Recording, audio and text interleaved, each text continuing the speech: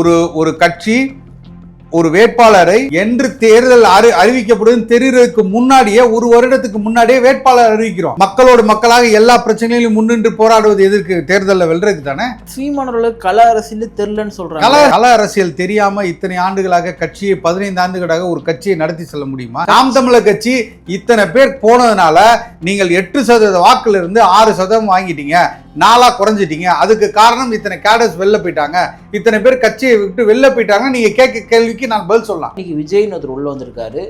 அவர் உங்க வாக்குகள்லாம் பிரிப்பாங்கன்னு சொல்றாங்க. அன்றைக்கு நாம் தமிழ் கட்சியினுடைய வீழ்ச்சி தொடங்கிடும்னு பேசுறாங்க. நான் 6 மாசத்துக்கு ஒரு தடவை படத்தை நடிப்பேன், 6 மாசம் ஓய்வு எடுப்பேன்.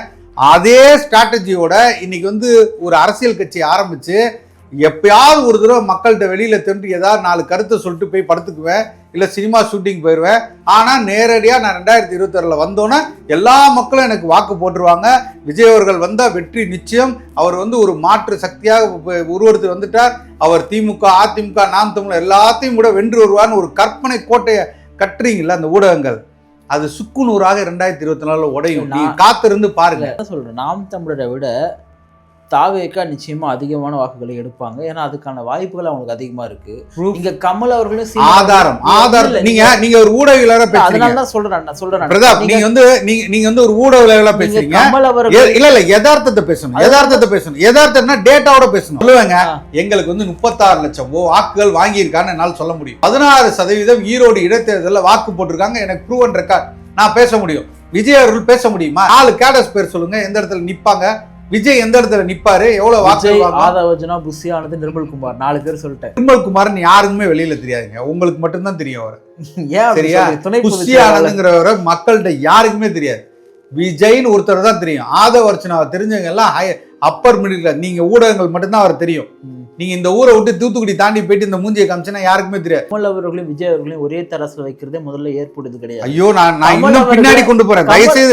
தயவுசெய்து நான் இன்னும் அவர் கூட ஒரு IAS ஆபீசர்ஸோ ஒரு IPS ஆபீசர்ஸ் இந்த மாதிரி ஓரளவுக்கு இன்டெலெக்சுவல்ஸை கொண்டு வந்து நிறுத்தி தன்னோட அதெல்லாம் விஜய்க்கு தேவையில்லைன்னு நான் சொல்றேன். ஏன்னா விஜய் அவர்கள் கமலஹாசன் எப்படி நீங்க தமிழ்நாடு மக்கள் அவ்வளவு முட்டாளா நினைக்கிறீங்க? நீங்க இந்த கட்சி, நான் திருப்பி சொல்றேன், 2026 அப்புறம் காணா போகும். எழுதி வச்சுங்க. நீங்க சொல்றீங்க எழுதி வச்சுங்கன்னு சொல்றீங்க இல்லையா? உங்களை விட நாம் தமிழரை விட தாவேக்கா ஒரே % அதிகமாடி வாங்கிச்சுன்னா கூட வாய்ப்பு இல்லைங்கிற நான் உறுதிட்டு சொல்றேன். வாங்கட்டும்ங்கிற நான் திருப்பியும் சொல்றேன். வாங்கிடுச்சுன்னா கட்சி குறைஞ்சிருச்சுன்னு அர்த்தம். நான் ஏத்துக்கிறேன், என்னோட தோல்வி ஏத்துக்கிறேன். நாம் தமிழர் கட்சி களத்துல இல்லைன்னு நான் ஏத்துக்கிறேன். நிம்மதி ப்ராப்பர்ட்டி மேனேஜ்மெண்ட், உங்கள் பழைய வீட்டை புதிய வீடாக மாற்றலாம் வாங்க. வாய்ஸ் ஆஃப் தமிழ்நாடு பார்வையாளர்களுக்கு வணக்கம். இன்றைய சிறப்பு நேர்காணலில் நம்முடன் இணைந்திருப்பவர் நாம் தமிழ் கட்சியினுடைய மாநில ஒருங்கிணைப்பாளர் திரு சசிகுமார் தங்கவேல் அவர்கள். ஆனால் வணக்கம். வணக்கம். 2026 தேர்தலிலுமே நாம் தமிழ் கட்சி தனித்து தான் போட்டின்னு கோவையில் சீமான் அவர்கள் அறிவித்திருக்கின்றார். எந்த ஒரு கட்சியுமே உலகத்திலே இப்படி அந்த கட்சியும் தொடர்ந்து தோல்வியில் சந்திச்சா கூட தொடர்ந்து அவங்க கூட்டணி வைக்காம இல்லை நான் தான் வைக்கிறேன்னு சொல்றாரு. தோல்வி சந்திச்சு தானே வராரு. இதெல்லாம் ஒரு பெருமையா ஏன் சொல்லணும் அப்படின்னு கேள்வியை முன்வைக்கிறாங்க. இதை எப்படி பார்க்குறீங்க? இல்லை, தோல்வியை சந்திக்கிறான களத்தில் நிற்கிறோம்ல. 2016 முதல்ல தேர்தல் அரசியலில் வந்துட்டு அதுக்கப்புறம் இன்று வரை எந்த இடத்துலையுமே சமரசம் இல்லாமல் ஒரு கோட்பாடு, ஒரு கொள்கை, ஒரு தத்துவத்தை மட்டுமே முன்னிறுத்தி ஒரு இனத்தின் வழியை சுமந்து இதன்பட்ட துன்பங்களை அதிலிருந்து பிரசவிக்கப்பட்ட கட்சியாக இன்று வரை மக்களிடமிருந்து அந்நியப்படாமல் மக்களோடு மக்களாக தொடர்ச்சியாக போராட்ட களத்தில் நின்று அவரோட எல்லா சக துக்கங்களையும் பங்கு பெற்று அவர்களுக்கான எல்லா பிரச்சனைகளையும் முதல் ஆளாக களத்தில் நிற்கக்கூடிய கட்சியாக நாம் தமிழர் கட்சி இன்னைக்கு வளர்ச்சி பாதையை தான் அடைஞ்சிக்கிட்டு வருது. அப்போ ஒரு வெற்றியை மட்டுமே நோக்கம். எனக்கு இந்த இடத்துல ஒரு தேர்தலில் எனக்கு ஒரு எம்எல்ஏவோ இல்லை ஒரு 117 எம்எல்ஏ பிடித்து அரசு அமைக்கிறதுக்கான அந்த இடத்தை நோக்கி நகர்வதாக இருக்கட்டும், இதுக்கான காலக்கெடுவுகள் அதிகமாக இருக்குன்னு தெரிந்து தான் இத்தனை கேடர்ஸ், இத்தனை பொறுப்பாளர்கள், இத்தனை உறுப்பினர்கள் இந்த கட்சியில் தொடர்ச்சியாக பயணிக்கிறாங்க. எங்களுக்கு எல்லாமே தெரியும். ஏன் அப்படின்னு நான் சொல்கிறேன் அப்படின்னா, 2 கட்சிகள், திராவிட கட்சிகள் இந்த மண்ணில் வேரூன்றி ஒரு 60 ஆண்டு காலத்துக்கு மேலாக இந்த மண்ணில் மாறி மாறி மாறி ஆட்சி அமைத்து ஒரு மாற்று சக்தியாக இந்த காங்கிரஸிடமிருந்து ஒரு மாற்று சக்தியாக திராவிட கொள்கையில் எடுத்துகிட்டு வந்துட்டு இன்று வரை இந்த மண்ணில் அவர்கள் நிகழ்த்திய சாதனைகள் என்ன, இந்த மக்களை மேம்படுத்தியது என்ன அப்படிங்கிற ஒரு கேள்விக்குறி இருக்குல்ல. அப்போ இது எதுவுமே நடக்காது. இந்த மண்ணை வந்து மிகவும் மோசமான ஒரு நிலைமைக்கு கொண்டு போய் இந்த மண்ணில் உள்ள வளங்கள் எல்லாம் சுரண்டப்பட்டு மிக ஊழல் மலிந்த ஒரு அரசாக தொடர்ச்சியாக இது அதிமுக நடக்குது, திமுக நடக்குது. அப்போ இதுலேருந்து ஒரு மாற்றாக ஒரு புதிய சித்தாந்தத்தில் ஒரு கட்சி வரும்போது இதுக்கு காலக்கெடு இருக்க தான் செய்யும். அதை உணர்ந்து தான் எல்லாருமே நிற்கிறோம். இதில் வந்து வெற்றி நீங்கள் ஏன் வந்து இந்த கட்சியோட கூட்டணி போல அவங்களோட கூட்டணி போல கூட்டணி போகக்கூடிய அளவுக்கு நேர்மையாக உண்மையாக ஒரு கட்சி இருக்குது இந்த தமிழகத்தில் அப்படின்னு ஒரு கட்சியை சொல்லுங்க, நாம் தமிழர் கட்சியை தவிர. கூட்டணி போல அப்படின்றப்போ யாருமே நாம் தமிழர் கட்சி கூட்டணிக்கே கூப்பிடலையே இது வரைக்கும். கூப்பிடலன்னு கேட்குறேன். எப்படி நான் 2 விஷயம் சொல்கிறேன். இது அதிமுக திமுக என்ற கட்சிகளோடு கூட்டணி உறவு இல்லைன்னு முடிவு பண்ணியாச்சு. இல்லை அது ஏன்னா நான் என்ன கேட்குறேன்னா, இப்போ சீமான் சொன்னார் இல்லையா, என்கிட்ட என்ன பேசினாங்களோ அதுதான் அந்த விஜய்கிட்ட பேசியிருப்பாங்க, என்கிட்ட தான் முதல்ல பேசினாங்க. ஆனால் அதிமுக தரப்புல இருந்து இது வரைக்கும் நாங்கள் நாம் தமிழர்கிட்ட பேசணும் எந்த நீங்கள் அவர்கள்ட்ட மைக் நீட்டி கேட்டிருக்கணும், யாரும் ஊடகவியலாளர்கள் கேட்கணும். கேட்டிருந்தீங்கன்னா அந்த கேள்விக்கான பதில் கிடைச்சிருக்கும். யாரும் கேட்டதாக எனக்கு தெரியலையே. இந்த கேள்வியில் நீங்கள் அண்ணன் அவர்களை மட்டும்தான் முன்னிட்டு வைத்திக்கிறீங்க. அவர்களிடம் கேட்கணும்ல, நீங்கள் பேசுனீங்களா, கூட்டணி பேசினீங்களா, இல்லை விஜய் அவர்களுடன் பேசுனீங்களா என்பதை அவர்களிடம் கேட்டு விளக்கம் பெறணும். இன்னைக்கு வரைக்கும் இல்லைன்னு சொல்லலை யாருமே. எங்கேயாவது இல்லைன்னு சொல்லியிருக்காங்களா? இல்லை. கேள்விக்கான கேள்வி வைத்தால் அவர் சொல்லுவாங்க இல்லையா ஆமாமான்னு என்று. அப்போ எல்லோரிடமும் அந்த ஒரு வாக்கு வங்கி வைத்து ஒரு நேர்மையாக தேர்தலை சந்தித்த கட்சிக்கு இவ்வளவு வாக்கு வங்கி இருக்குது, இன்னும் அதிகமான வாக்குகள் நிச்சயமாக பெறுவார்கள் என்று தெரிந்து அவர்கள் கேட்க தான் செய்வாங்க. பாஜகவும் சரி இல்லை அதிமுகவும் சரி எல்லா கட்சிகளுக்குமே அந்த ஒரு இது இருக்கும். தனித்தே நிற்கிறதுனால சீமான் என்ன சாதிக்க போறாரு? இல்லை, நாங்கள் வந்து தனித்தே நிற்கணும், தோல்ட்டுக்கிட்டே இருக்கணுங்கிறது எங்களோட நோக்கம் இல்லை. நல்லா புரிஞ்சுக்க. எல்லாருமே அந்த கேள்வியை கேட்குறாங்க. நீங்கள் தனிச்சு நின்று என்ன சாதிக்க போகிறீங்க, நீங்கள் தோத்துக்கிட்டே தானே இருக்கீங்க, இல்லை தொடர்ச்சியாக தோல்வியில் தானே சந்திக்கிறீங்க. அப்படி ஒரு கட்சி ஆரம்பிக்கப்பட்டது கிடையாது. கட்சிக்கான நோக்கமும் அது கிடையாது, எங்களோட எண்ணமும் அது கிடையாது. ஆனால் ஒரு கட்சி வந்து ஒரு நேர்மையாக ஒரு தேர்தல் சென்று ஒரு அறத்தின் வழியாக நாங்கள் வாக்குகளை வெல்ல வேண்டும் என்று நினைக்கிறோம். அதில் தப்பு ஒன்றும் கிடையாது. இதில் ஏதாவது மாற்று கருத்து இருக்கா? இல்லை, அது தவறு கிடையாது. ஆனால் ஜெயிக்கிறதுக்கான முயற்சியை எடுக்கலன்னு, ஜெயிக்கிறதுக்கான முயற்சி எடுக்காமல் எப்படி நீங்கள் தேர்தலில் நிற்காம, தேர்தலில் நிற்கிறது எதுக்குங்க? வெல்றதுக்கு தானே நிற்கிறோம். தேர்தலில் முயற்சி எப்படி?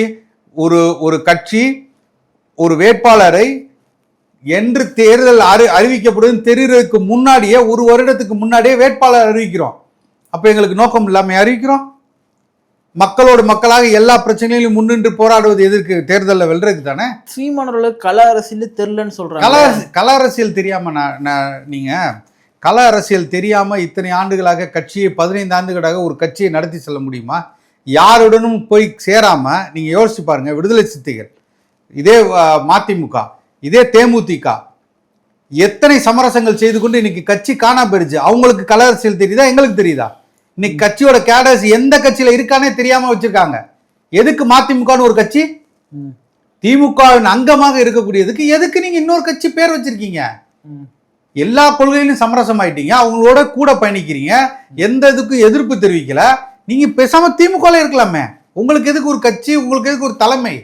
நாம் தமிழர் கட்சியில கள அரசியல் திரு சீமானுக்கு தெரியலன்ற குற்றச்சாட்டு கட்சிக்குள்ள இருந்து. கள அரசியல் ரெண்டே விஷயங்க. கள அரசியல் என்பது என்ன? வெற்றி மட்டும் தானா? வெற்றி மட்டும் தானா? மட்டும் கிடையாது. அப்புறம் களத்திற்கு ஏற்றவாறு கேடர்களை வந்து பயன்படுத்த. அது நீங்க வெற்றி தானே சொல்றீங்க. கேடர்ஸ் எங்க பயன்படுத்தல? எத்தனை வாக்குகள் வாங்கியிருக்கோம் நாங்கள்? 6%. ஆனா இப்ப ஏன்னா கட்சி வெளியே போறாங்க? கட்சியை விட்டு வெளியே போறதுக்கு பல காரணங்கள் இருக்குங்க. நீங்க அதை மட்டுமே காரணம் கிடையாது. நல்லா புரிஞ்சுக்கங்க. கட்சியில வந்து சேர்றவங்க ஒரு கொள்கை கோட்பாடோடு பிணைப்போடு வந்து சேர்றவங்க ஒண்ணு. இன்னொன்னு, எனக்கு இது தேவை, எனக்கு இது நடக்கல, எனக்கான ஸ்பேஸ் இங்க இல்ல, எனக்கான பொறுப்பு இங்க கொடுக்கப்படல, இந்த சிக்கல்களால வெளில போறவங்க ஒண்ணு. கட்சி ஒரு முடிவு எடுக்கும், இவர்கள் சரியில்லை, இவர்கள் தனக்கான குழுவா செயல்படுறாங்க, கட்சியை பின்னுக்கு இழுத்து செய்யறாங்க, கட்சியில் எல்லாரோடமும் இணைந்து செயல்படல, ஒன்றிணைந்து கட்சியை வளர்க்கறதுக்கு போராடல, பாடுபடல அப்படின்னா கட்சி ஒரு முடிவு எடுக்கும். இதெல்லாம் கட்சிக்குள்ள இருக்கிறது. அப்புறம் இதை தாண்டி எதிர்கட்சிகள் பண பலத்தை காட்டோ இல்லை அதிகாரத்தை காட்டியோ அவங்களை இழுக்கிறது இன்னொன்று. இதெல்லாம் தொடர்ச்சியாக எல்லா கட்சியிலையும் நடக்கிறது. திமுக நடக்குது, மதிமுக இருக்குது, அதிமுக இருக்குது, பாஜக இருக்கு, பாஜக இருக்கிற காங்கிரஸ் போறான், காங்கிரஸ்ல உள்ள பாஜக வரும். இதெல்லாம் நடந்துகிட்டு தான் இருக்கு. அதனால கட்சி வீழ்தா, கட்சி வீழ்ச்சி அடைஞ்சா நீங்க அந்த கேள்வி எனக்கு வைக்கலாம். நாம் தமிழர் கட்சி இத்தனை பேர் போனதுனால நீங்கள் 8% வாக்குல இருந்து 6% வாங்கிட்டீங்க, 4 குறைஞ்சிட்டீங்க. அதுக்கு காரணம் இத்தனை கேடர்ஸ் வெளில போயிட்டாங்க, இத்தனை பேர் கட்சியை விட்டு வெளில போயிட்டாங்க. நீங்க கேட்க கேள்விக்கு நான் பதில் சொல்லலாம். கட்சி வளர்ந்து கொண்டு தானே வருது. கட்சி எந்த இடத்துலயும் சமரசம் ஆயிருக்கா? இப்ப அவங்க போறவங்க ஒரு குற்றச்சாட்டு வைக்கலாம், இந்த கட்சி வந்து பாஜகவிடம் கைக்கூலி ஆயிட்டாங்க, பாஜகவுடன் கூட்டணி வச்சுட்டாங்க, அதிமுகவுடன் கூட்டணி வச்சுட்டாங்க, திமுகவுக்கு மறைமுக ஏதாவது ஒரு குற்றச்சாட்டு நிரூபிக்கப்படுமா? பாஜகவுடன் கூட்டணி வைத்திருக்கா? பாஜக எதிர்க்காம இருந்திருக்கோமா? இன்னைக்கு திமுக செய்யக்கூடிய அத்தனை அநியாயங்களையும் ஊழல்களையும் எதிர்க்காம இருக்கோமா? இல்ல அதிமுகவுக்கு சாமரசம் வீசுறோமா? சமரசம் ஆயிருக்கோமா சொல்லுங்க. அதிமுக எந்த இடத்துல நாங்கள் வந்து எதிர்க்காம இருக்கோம்? இன்னைக்கு அதிமுகவுடன் கூட்டணியா போயிருக்கோமா? இல்லையே. இன்னொன்று நான் கேட்குறேன், இப்போ நீங்கள் சொன்னீங்க இல்லையா கட்சி இது வரைக்கும் வளர்ந்துட்டே வருது சொல்லிட்டு, அதுக்கெல்லாம் ஒரு காரணம் இருந்துச்சு. என்னென்னா திமுக அதிமுக ஆல்டர்னேட்டிவாக பெருசாக எந்த கட்சியும் இல்லை. ஏன்னா நீங்கள் சொன்ன மாதிரி எல்லா கட்சியிலுமே தோன்றுறாங்க, போய் கூட்டணி வச்சுருந்தாங்க. ஆனால் இன்றைக்கி விஜய்னு ஒருத்தர் உள்ளே வந்திருக்காரு, அவர் வந்து உங்கள் வாக்குகள்லாம் பிரிப்பாங்கன்னு சொல்கிறாங்க. அன்றைக்கு நாம் தமிழ் கட்சியினுடைய வீழ்ச்சி வந்து தொடங்கிடும்னு பேசுகிறாங்க. இது மிகவும் அபத்தமா இருக்கு. ஆனால் இது பொருந்தி பார்க்கறது உண்மை தானே? அவருக்கு ஒரு மாற்று வாக்கு இருக்குது. இதை இன்னைக்கு சொல்லலையே, இன்னைக்கு சொல்லலையே. 2016 கமலஹாசன் வரும்போது அதே தானே சொன்னீங்க. இல்ல கமலஹாசன் வரும்போது இதே வார்த்தை வைக்கப்பட்டது. மாற்றாக வருகிறார், மாற்றத்தோடு வருகிறார். இவர் வந்து விஜய் அவர்கள் இது சீமான் அவர்களின் வாக்குகள் எல்லாம் எடுத்துக்கொண்டு போயிடுவார், இவருக்கு பெரிய பின்னடைவு நடைபெறும் அப்படின்னு சொன்ன ஒரே நான் என்ன எடுத்து காட்டுறேன். ஊடகங்கள் பேசியது, எங்களை புறந்தள்ளி விட்டு இவர்களை முன்னிறுத்தி பேசினாங்க. மக்கள் நீதி மய்யம் கட்சி தான் முன்னிறுத்தி வரும், 3வது இடத்தை பிடிக்கும், 2வது இடத்துக்கு தள்ளப்படுவார், அதிமுகவை விட பின்னுக்கு தள்ளிவிட்டு இவர் வருவார்கள் என்று பேசக்கூடிய இடத்துல தான் அன்னைக்கு இருந்தது. இன்னைக்கு அந்த கட்சியை காணாம போயிருச்சே, அந்த கட்சியை இல்லாம போயிருச்சு. இன்னைக்கு அவர் சொல்றாரு கதவை இப்படி கிமிச்சு, இந்த கட்சியில யார் கொள்கை இதெல்லாம் நிலைப்பாடு எல்லாம் சமரசம் செய்வோம் என்று எல்லாம் வந்து கதவு திறக்கும் எல்லாம் போங்கன்னாரு. இன்னைக்கு யாருமே இல்லையே. அதே நிலைமை தான் நாளைக்கு விஜய்க்கு வரும்னு நான் சொல்றேன். இல்ல விஜய் நான் உதாரணமாக சொல்ல வந்தது எதற்காகனா, இதே அரசியல் நிலை எந்த அறிவும் இல்லாமல், அரசியல் யுக்தி எதுவும் தெரியாமல், அரசியலை நன்கு கற்காமல், அரசியல் கல யதார்த்தம் தெரியாமல் இன்னைக்கு ஒரே ரசிகர் கூட்டத்தை வைத்துக்கொண்டு நாம் உடனடியாக ஆட்சியை பிடித்து விடலாம், வென்று விடலாம், மக்கள்கிட்ட நான் நேராக போக வேண்டிய தேவையே இல்லை, நான் 6 மாசத்துக்கு ஒரு தடவை படத்தை நடிப்பேன், 6 மாசம் ஓய்வு எடுப்பேன், அதே ஸ்ட்ராட்டஜியோட இன்னைக்கு வந்து ஒரு அரசியல் கட்சி ஆரம்பிச்சு எப்பயாவது ஒரு தடவை மக்கள்கிட்ட வெளியில தோன்றி ஏதாவது 4 கருத்தை சொல்லிட்டு போய் படத்துக்குவேன், இல்லை சினிமா ஷூட்டிங் போயிடுவேன். ஆனால் நேரடியாக நான் 2026 வந்தோன்னே எல்லா மக்களும் எனக்கு வாக்கு போட்டுருவாங்க, விஜய் அவர்கள் வந்தால் வெற்றி நிச்சயம், அவர் வந்து ஒரு மாற்று சக்தியாக உருவெடுத்து வந்துட்டார், அவர் திமுக அதிமுக நாம் தமிழ் எல்லாத்தையும் கூட வென்று வருவார்னு ஒரு கற்பனை கோட்டையை கட்டுறீங்கல்ல அந்த ஊடகங்கள், அது சுக்குநூறாக 2024 உடையும். நீ காத்திருந்து பாருங்க. நான் யதார்த்தத்தோட சொல்றேன், நான் கல யதார்த்தத்தோட சொல்றேன். அதேதான் சொல்றேன். நாம் தமிழரை விட தாவேக்கா நிச்சயமா அதிகமான வாக்குகளை எடுப்பாங்க. ஏன்னா அதுக்கான வாய்ப்புகள் அவங்களுக்கு அதிகமா இருக்கு. இங்க கமல் அவர்களும் ஆதாரம் நீங்க ஒரு ஊடகவியலாளரா பேசுறீங்க. அதனால தான் சொல்றேன் பிரதாப், நீங்க வந்து ஒரு ஊடகவியலாளரா பேசுறீங்க. கமல் அவர்கள் இல்ல யதார்த்தத்தை பேசணும். யதார்த்தம்னா டேட்டாவோட பேசணும். எந்த இடத்துல எப்படி அவர்கள் வெல்வார்கள், எதை வைத்து அவர் வாக்கு வாங்குவாங்க, அவங்க எந்த இடத்துல மக்களால் ஏற்கப்பட்டிருக்கார்கள், மக்கள் எதனால் விஜயை பிடிக்கும் என்கிறார்கள். அதிமுக திமுக விட விஜயை பிடிக்கும், சீமான் அவர்களே விஜய் பிடிக்கும், விஜய் வந்தால் இதெல்லாம் செய்வார்கள், எந்த இடத்துல நீங்க டேட்டா வச்சு பேசுங்க. ஒரு வீட்டுல 5 ஓட்டு இருக்குன்னா அதுல கட்டாயமா ஒரு ஓட்டு இது நீங்க 10ஆம் சொல்லாதீங்க. இது 5 பேர் இருந்தா ஒருத்தருக்கு விஜய் ரசிகர் இருப்பாரு, ஒருத்தர் அஜித் ரசிகர் இருப்பாரு, ஒருத்தர் கமல் ரசிகரா இருப்பாரு. நீங்க அந்த ரசிகரை வச்சு கணக்கு போடுறீங்க. அவர் இல்ல நீங்க கணக்கெடுத்தீங்களா? இவர் வந்து விஜய்க்கு ஓட்டு போடுவார் நான் சொன்னாரா? நான் வந்தால் இவர் வந்தா நான் ஓட்டு போடுவேன்னு சொன்னார். எந்த கணக்கு ஒரு பத்திரிகை கூட நான் சொல்லுவேங்க, எங்களுக்கு வந்து 36 லட்சம் வாக்குகள் வாங்கியிருக்கான்னு என்னால் சொல்ல முடியும். 16% ஈரோடு இடைத்தேர்தலில் வாக்கு போட்டிருக்காங்க, எனக்கு ப்ரூவன் ரெக்கார்ட், நான் பேச முடியும். விஜய் அவர்கள் பேச முடியுமா? எந்த இடத்துல கேடர்ஸ் பேரை சொல்லுங்க, ஒரு 4 கேடர்ஸ் பேர் சொல்லுங்க, எந்த இடத்துல நிப்பாங்க, விஜய் எந்த இடத்துல நிப்பாரு, எவ்வளவு வாக்கு, ஆதவர்ஜுனா, புஷியானது, நிர்மல்குமார் 4 பேர் சொல்லிட்டேன். இவர்கள்லாம் வந்து நிர்மல்குமார்னு யாருக்குமே வெளியில தெரியாதுங்க, உங்களுக்கு மட்டும்தான் தெரியும் அவர். சரியா? புஷியானதுங்கிறவரை மக்கள்கிட்ட யாருக்குமே தெரியாது. விஜய்னு ஒருத்தர் தான் தெரியும். ஆதவர்ஜுனாவை தெரிஞ்சவங்க எல்லாம் அப்பர் மிடில் கிளாஸ். நீங்க ஊடகங்கள் மட்டும்தான் அவர் தெரியும். நீங்க இந்த ஊரை விட்டு தூத்துக்குடி தாண்டி போயிட்டு இந்த மூஞ்சியை காமிச்சுன்னா யாருக்குமே தெரியாது. நான் யதார்த்தத்தை பேசுறேன், உண்மையை பேசுறேன். அதை நான் ஏற்கிறேன். களத்துல கிரவுண்ட்ல நின்று வேலை செய்யணும். நான் அதை ஏற்கிறேன். நீங்க ரசிகர்கள் மாவட்ட செயலாளர் ரசிகர்களா ஏற்றி வச்சு அவர்களெல்லாம் உடனடியாக தேர்தலில் நின்னோட வாக்கு வாங்கிடுவாங்க. இவரெல்லாம் எதுவுமே செய்யாம இவர் வந்து யாருப்பா, இவர் வந்து விஜயோட மாவட்ட செயலாளர், இவர் தான்ப்பா ஜெயிக்க வைக்கணும் அப்படிங்கிற ஒரு மக்கள் கூட்டம் இன்னைக்கு தமிழ்நாட்டுல இருக்கு. அப்படி பார்த்தா நாம் தமிழர்ல கேடர்ஸ் நிக்கிறாங்க, களத்துல வேலை செஞ்சிருக்கான். 230 தொகுதியிலும் போட்டி போட்டிருக்கோம். அத்தனை இடத்துல வேட்பாளர் நிறுத்தப்பட்டிருக்கு, வாக்குகள் வாங்கியிருக்கான். ஒரு தொகுதியிலும் 1 லட்சம் வாக்குகள் வாங்கியிருக்கான். இன்னைக்கு நாடாளுமன்ற விஜய் அவர்கள் கட்சியை தொடங்கறதுக்கு முன்னாடியே மக்கள் இயக்குன்ற பேர்ல பல வருஷம் மக்களுக்காக சர்வீஸ் பண்ணிட்டு இருக்காங்க. இல்ல அப்ப அவங்க எல்லாம் கேடர் சத்தம் உங்களுக்கு மக்கள் எல்லாம் என்ன சர்வீஸ் பண்ணிருக்காங்க, எந்த இடத்துல அவங்க ப்ரூவ் ரெக்கார்ட் இருக்குன்னு யோசிச்சு இருக்கு.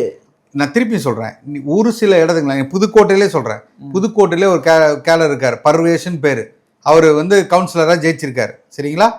ஆனா அவரோட தனிப்பட்ட செல்வாக்கு, அவங்க அப்பாவோட செல்வாக்கு, அந்த இடத்துல அவர் எவ்வளவு பணம் கொடுத்தாரு, எத்தனை பேர் விலைக்கு வாங்குறாரு, எல்லா கதையும் எனக்கு தெரியும். நான் தெரிஞ்சதுனால சொல்றேன்.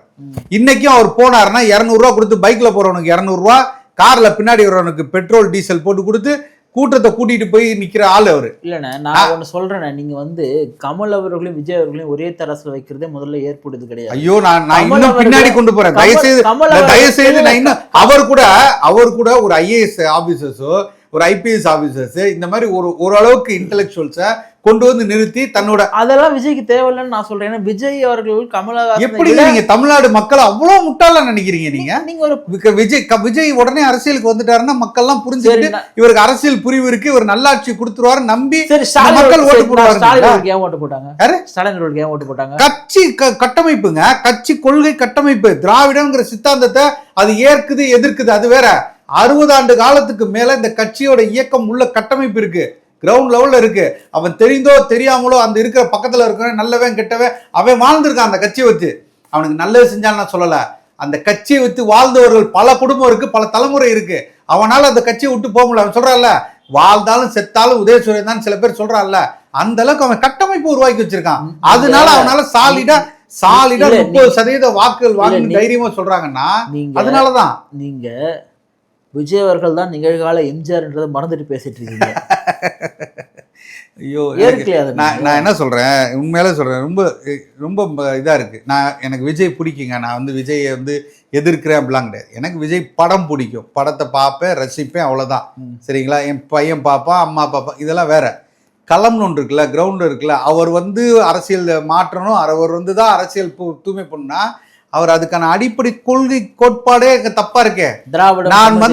நான் வந்தால் இதெல்லாம் செய்யக்கூடிய இடத்துல அவர் சரியான நிலைப்பாடே வரலையே.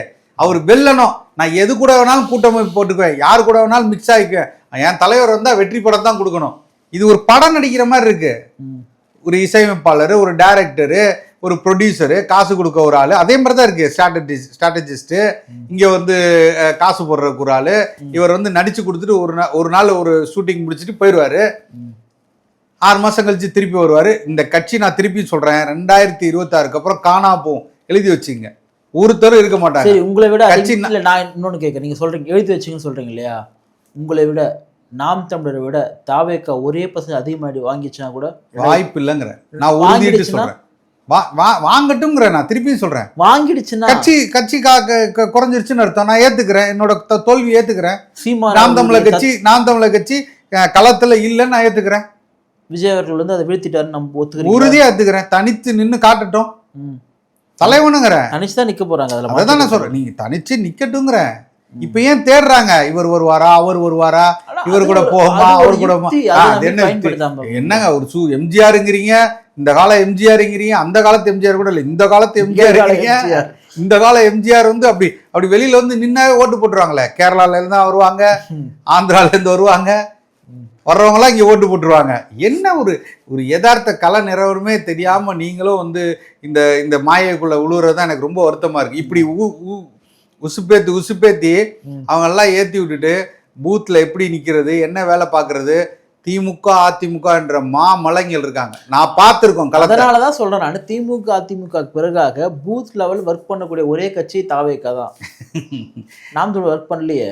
என்னங்க பண்ணலையே? ஏங்க பூத்துக்கு ஆள் போடுறதாங்க வேலை வச்சிருக்காங்க. பூத்ல நாங்க வேலை பார்த்திருக்கோங்க. 5 தேர்தலா பொது தேர்தல வேலை பார்த்திருக்கோம். பூத்ல வேலை பார்த்த எக்ஸ்பீரியன்ஸ் எங்களுக்கு. அவன் ஆள் போட்டுட்டு இருக்கான். இன்னைக்கு நான் கிரவுண்ட்ல நின்று இருக்கேன். என்ன பண்ணுவாங்க, யார வாக்காளரை உள்ள கொண்டு வருவாங்க, எத்தனை இடத்துல அவன் போலியால வாக்காளர்களை கொண்டு வா, எத்தனை இடத்துல மிரட்டுவான், எத்தனை இடத்துல அச்சுறுத்தி வாக்கு போடாம வைப்பான், போலீஸ் எந்த இடத்துல அவன் கைக்குள்ள கொண்டு வருவான், அங்க இருக்கிற வாக்குக்குள்ள இருக்கிற வாக்கு பொறுப்பாளர்களை கைக்குள்ள கொண்டு வர்றது என்ன எல்லாமே தெரியும். நாம் தமிழர் கட்சிக்கு தெரியும். களத்துல நின்று பார்த்துருக்கோம். கடைசியா வாக்கு வச்சு சீல் அந்த பொட்டியை மூடுற வரைக்கும் நாங்க நின்று வேலை பார்த்துருக்கோம். எங்களுக்கு தெரியும் எவ்வளவு அக்கிரமம் நடக்கும், அராஜகம் நடக்கும்ட்டு. பூத்துக்கு ஆள் போடுறதுல தான் இப்ப வந்திருக்காங்க. புரியுதுங்களா? இதை வைத்துக்கொண்டு நீங்கள் வந்து பூத்துக்கு 90,000 பேர் போட்டாங்க, 60,000 பேர் போட்டாங்க.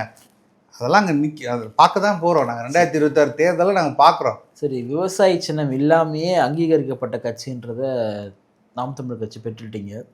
சின்னம் வேறு, விவசாய சின்னம். அதில் இருக்கிற ஆள் வந்து பார்க்கறதுக்கு அண்ணன் சீமான் மாதிரியே வேறு இருக்கார் பார்க்குறதுக்கு. எந்த அளவுக்கு இந்த விவசாய சின்னம் நாம் தமிழர் கட்சிக்கு ஒரு வாக்கில் கை கொடுக்கும் நம்புறீங்க? நான் திருப்பியும் சொல்கிறேன், சின்னம்ங்கிறது ஒரு பார்ட், அவ்வளோதான். இந்த சின்னத்தினால நாங்கள் இவ்வளோ வாக்குகள் வாங்கினோங்கிறலாம் கிடையாது. அது எங்களுக்கு ஒரு நிரந்தர சின்னம் கிடைச்சிருக்கு, அவ்வளோதான். இந்த சின்னம், இந்த பிராண்டு, சின்னம் தான் பிராண்டு கிடையாது, அண்ணன் தான் பிராண்டு. மறுபடியும் சொல்கிறேன், சின்னம்லாம் பிராண்ட் கிடையாது. அண்ணனும் தமிழ் தேசியமும் நாம் தமிழர் கட்சியும் அந்த கொள்கையும் தான் பிராண்டு. இப்போ எங்களுக்கு வந்து ஒரு சின்னம்ங்கிறது நிரந்தரம் ஆயிடுச்சு. மாற்றி மாற்றி மக்கள் மனசில் இன்னொன்று கொண்டு போய் இருக்கிறதுக்கு போல நாங்கள் எதிர்பார்த்தபடியே ஒரு விவசாயியாக ஒரு சின்னம் கிடச்சிருக்கு. அது ரொம்ப மகிழ்ச்சி. நேரடியாக மக்கள் இடத்துல அது கொண்டு போய் சேர்த்தாச்சு. இப்போ இன்றைக்கி வந்து எனக்கு தெரிஞ்சு ஒரு 90% மக்களுக்கு வந்து விவசாய சின்னம் இதான், நாம் தமிழர் கட்சியோட சின்னம் இதான் கொண்டு போய் சேர்த்தாச்சு. இன்னும் வேகமாக எங்களோட தொடர் முயற்சிகள் மூலமாக கட்சியின் சின்னத்தை கொண்டு போயிட்டு தான் இருக்கோம். அது இன்னும் கூடுதல் பலமாக தான் இருக்குமே தவிர இதுதான் எங்களோட பலம்லாம் கிடையாது.